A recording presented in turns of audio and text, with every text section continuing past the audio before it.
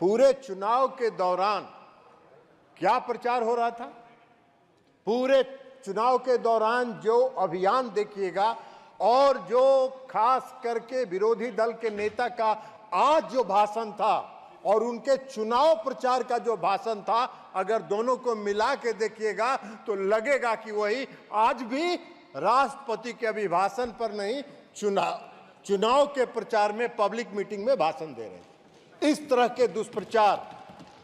के दुष्प्रचार, संवैधानिक संस्थाओं पर हमला, आज भी संवैधानिक संस्थाओं पर हमला कर रहे थे, आज भी लोकसभा के अध्यक्ष की संस्था पर हमला कर रहे थे और उस समय भी संवैधानिक संस्थाओं पर उन्होंने हमला किया, लेकिन जनता ने रिजेक्ट कर दिया।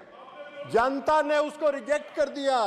जनता ने जो मोदी जी का सबका साथ, सबका विश्वास और सबके विकास का जो मूल मंत्र था उसको स्वीकार किया और पूर्ण बहुमत की सरकार बनाने का जनादेश दिया।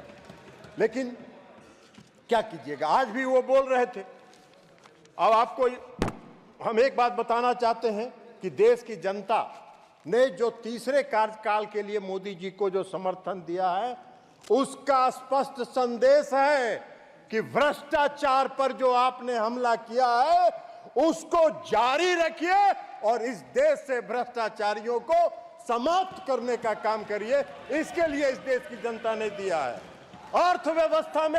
अर्थव्यवस्था में सुधार के जो कार्यक्रम आपने चलाए हैं, उस कार्यक्रम को चलाए रखिए और देश की अर्थव्यवस्था को दुरुस्त करिए।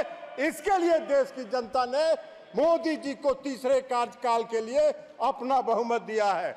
मोदी जी को गरीबों की सेवा करने के लिए जो उनके कार्यक्रम चलते रहे, उस कार्यक्रम पर मोहर लगाया। देश की जनता ने इनको रिजेक्ट किया, इनको अस्वीकार किया। इसलिए मोदी जी को जो तीसरा कार्यकाल मिला है, वो विकसित राष्ट्र बनाने का जो मोदी जी का संकल्प है, उस पर आगे बढ़ने के लिए देश की जनता ने मोदी जी को तीसरे कार्यकाल के लिए अपना मोहर लगाना और अपनी स्वीकृति दी है। लेकिन सभापति महोदय,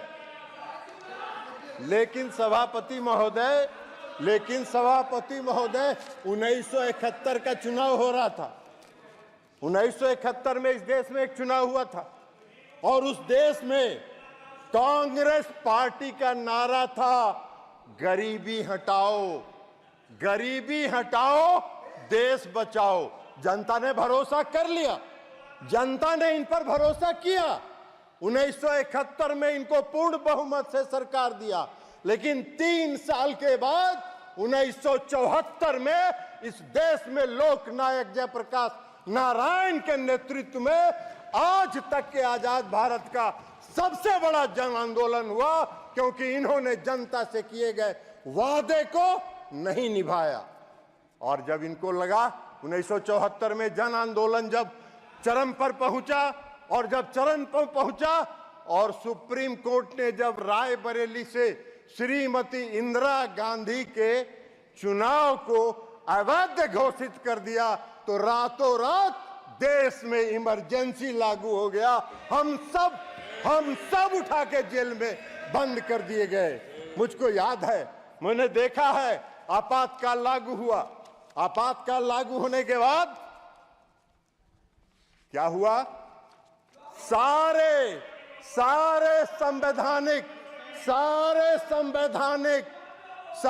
संवैधानिक और देश की जनता का जो फंडामेंटल राइट था, वह राइट बंद कर दिया गया। किसी को बोलने का हक नहीं था, किसी को चिल्लाने का हक नहीं था, किसी को कुछ भी एक शब्द बोलने का, प्रेस की आजादी पर लगा दिया गया। हम सब लोग उठा के जेल में बंद कर दिए गए। मैं भी रहा हूं, जेल में उठा के बंद कर दिया गया। और सभापति महोदय, आज जब आ रहे थे, जब इस सदन का जब पहला दिन का सत्र था, तो संविधान का किताब लेके कांग्रेस पार्टी के लोग आ रहे थे। आज भी नेता विपक्ष बोल रहे थे, संविधान की जय हो। अरे जिस व्यक्ति ने और जिस पार्टी ने इस देश के संविधान का धज्जी उड़ाया हो, जिस पार्टी ने इस देश के संविधान को चकनाचूर किया हो, जिस पार्टी ने इस देश के संविधान को कलंकित किया हो, उसको संविधान लेके सदन में आने का क्या हक है और संविधान की बात करने का क्या हक है? उनको कोई हक नहीं है संविधान के बारे में चर्चा करने का। सारी जिंदगी कांग्रेस पार्टी ने संवैधानिक संस्थाओं को, संविधान को समाप्त करने का काम किया है। पूरा इमरजेंसी इसका गवाह, पूरा इमरजेंसी इसका गवाह है। किसी को कोई साहस नहीं था, कहीं नहीं। और ये सत्य है, ये सत्य है। और सत्य सुनने की आदत डालिए, सत्य जानिए, सच्चाई। ये देश का इतिहास जब भी लिखा जाएगा, इस देश का इतिहास जब लिखा जाएगा तो आपातकाल कलंकित करने का वाला काला अध्याय के रूप में संविधान में लिखा जाएगा। ये बात है, ये बात है। आप बहुत चर्चा कर रहे थे, बहुत चर्चा कर। आप मत बोलिए ना, आप भी, आपका पार्टी का नेता भी वही थी, इमरजेंसी के समर्थन में थी। ममता बनर्जी भी उसमें कांग्रेस पार्टी में थे और इमरजेंसी का समर्थन कर रही थी। आप मत बोलिए सौगत राय साहब, हम लोग भुगते हैं, हम लोग ने पीड़ा सही है, हम लोग को दर्द मालूम है। इसलिए आप भी चले जाइए, 2-4 बार बन जाइएगा बंगाल में, चिंता मत करिए। अभी तो खाली कानून का किताब लेके खड़ा हो जा रहा है, इसलिए खाली टिकट आपको देके लोकसभा का मेंबर बना दिया जा रहा है। तो इसलिए खाली संविधान पढ़ते रहिए, संविधान दिखाते रहिए। संविधान से कोई लेना देना आप लोग का है नहीं, संविधान से कोई मतलब आप लोग का है। और कई पार्टियां हैं इस सदन में, वो भी लेके आए, संविधान की प्रति साथ में लेके आए। डीएमके पार्टी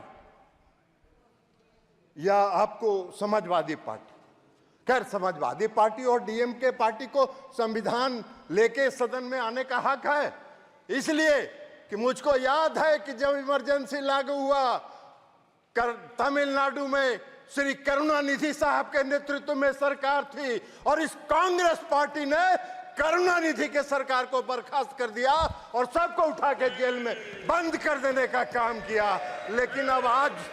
लेकिन आज डीएमके के लोगों को, समाजवादी पार्टी के लोगों को की मजबूरी है कि कांग्रेस पार्टी के साथ साथ संविधान का लेके चले, लेकिन घूमिए, साथ रहिए जरूर, लेकिन संविधान को ध्वस्त करने वाले पार्टी का समर्थन मत कीजिए। यह हम आपसे आग्रह करना चाहेंगे।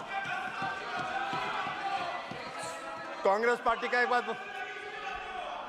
अरे जदयू का बात काहे के लिए करेंगे, देश का बात कर रहे हैं। तो आपका नेता तो भाषण कर रहा था, मंच वाला पॉलिटिकल भाषण कर रहा था, जैसे लगता है कि पब्लिक मीटिंग में बोल रहा हो। आप वही चाह रहे हो। इस देश में जॉर्ज फर्नांडिस एक नेता थे। जॉर्ज फर्नांडिस एक ऐसा नेता था जिसकी देशभक्ति रोम रोम में भरी हुई थी। इमरजेंसी के दौरान जॉर्ज फर्नांडिस को कितना कलंकित करने का काम, प्रताड़ित करने का काम और अपमानित करने का काम इन लोगों ने किया। और ये संविधान की बात कर रहे हैं, ये संविधान की रक्षा की बात कर रहे हैं। बड़ा आश्चर्य हो रहा है हम लोग। तो इसलिए संविधान की बात तो मत करिए। और खास करके नेता विरोधी दल का परिवार को कौन संविधान की बात करने का हक है? नेता विरोधी दल का परिवार संविधान विरोधी है।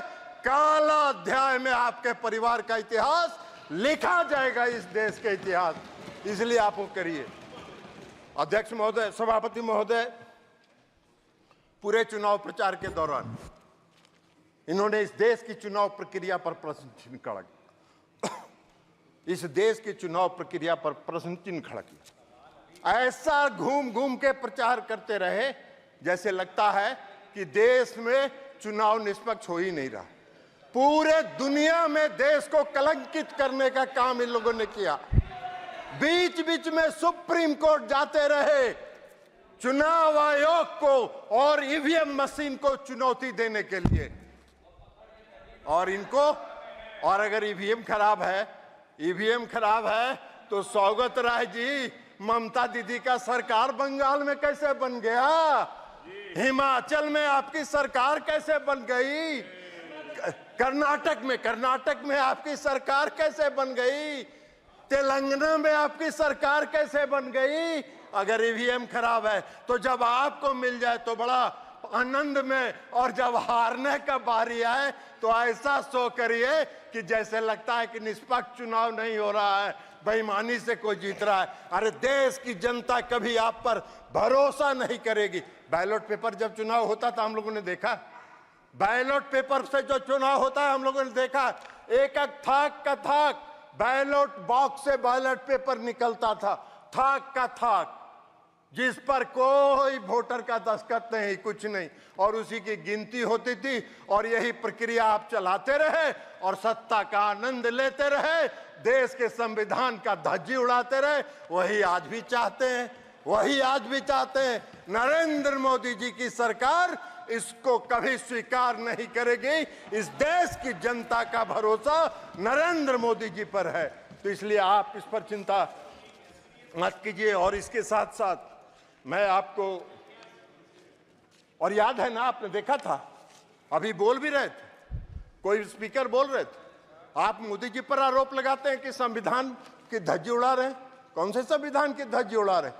अरे मोदी जी तो जिस दिन एनडीए की बैठक थी, इस बार तीसरे कार्यकाल में भी, तो मोदी जी जब संविधान सभा के सेंट्रल हॉल में आए तो सबसे पहले उन्होंने जाके देश के संविधान का नमन किया। और जिस व्यक्ति ने देश की संविधान का नमन करके अपने नेतृत्व पर और देश की बागडोर संभाली हो, उससे संविधान को खतरा नहीं है।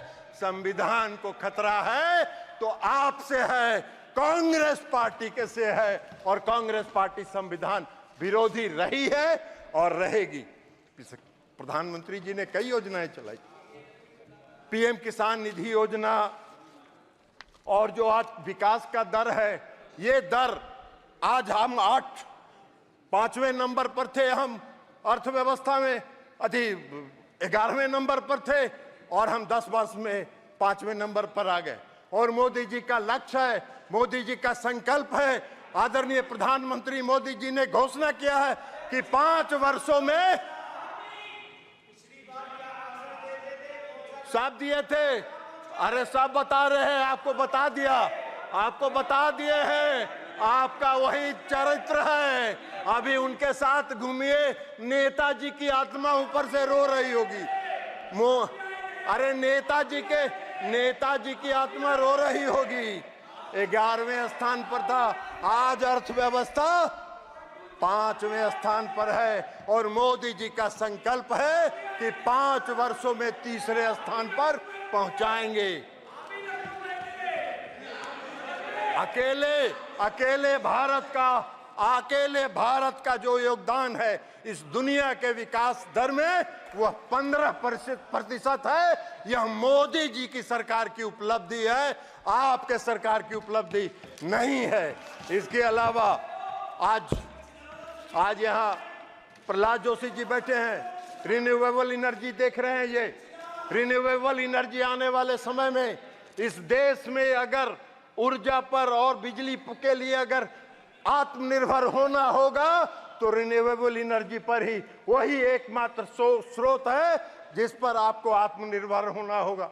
थर्मल से आपकी जरूरतें पूरी हो सकती हैं, अभी तत्काल लॉन्ग रन के लिए वह उचित नहीं है। और जो पीएम सूर्य घर मुफ्त बिजली योजना प्रधानमंत्री जी ने चलाई है, उससे इस देश के बिजली का उत्पादन सोलर प्लेट के माध्यम से बढ़ेगा, और जब बढ़ेगा तो देश बिजली के क्षेत्र में आत्मनिर्भर होगा। और थर्मल से आपकी जो उसके ऊपर जो आपका है, हाँ, उसके ऊपर जो आपका डिपेंडेंस है, वो डिपेंडेंस घटेगा, और आप अपने घरों में बिजली उत्पादन करके बिजली को आगे बढ़ा सकते हैं। पीएम किसान सम्मान निधि, प्रधानमंत्री मोदी जी का जो गरीबों के प्रति संकल्प है, 80 करोड़ लोगों को तो मुफ्त अनाज दे ही रहे हैं। पीएम किसान सम्मान निधि भी आज जो उन्होंने दिया है लगभग 20,000 करोड़ रुपए से ज्यादा उन्होंने किसानों को दिया है। और इस कार्यकाल की शुरुआत के साथ भी प्रधानमंत्री जी ने 20,000 करोड़ रुपया जारी करके लोगों को घरों तक, लोगों को किसान पीएम किसान सम्मान निधि पहुंचाने का काम किया है। पहला फैसला मोदी जी की सरकार ने किया कि 3 करोड़ लोगों को घरों का निर्माण कराया जाएगा। ये बहुत बड़ा निर्णय है, ये संकल्प शक्ति का प्रतीक है। और मोदी जी ने जो इस देश की जनता को जो वादा किया है, उस वादा को पूरा करने के प्रति उनका जो संकल्प है, उस संकल्प को दृढ़ शिक्षा शक्ति को दर्शाता है। और इसलिए हम राम महामहिम राष्ट्रपति के अभिभाषण का समर्थन करते हैं और कांग्रेस पार्टी को संविधान विरोधी घोषित करते हैं। इनको याद है 1984 में जो यहाँ दंगा हुआ था, दिल्ली में दंगा हुआ था, हजारों की संख्या में कांग्रेसियों ने सड़क पर घूम के सिखों की हत्या करने का काम किया था। और ये लोकतंत्र की बात करते हैं, ये संविधान की बात करते हैं। इनको कोई हक नहीं है। बहुत बहुत धन्यवाद। Thank you. Honorable Member Arvind Swant, please take the floor.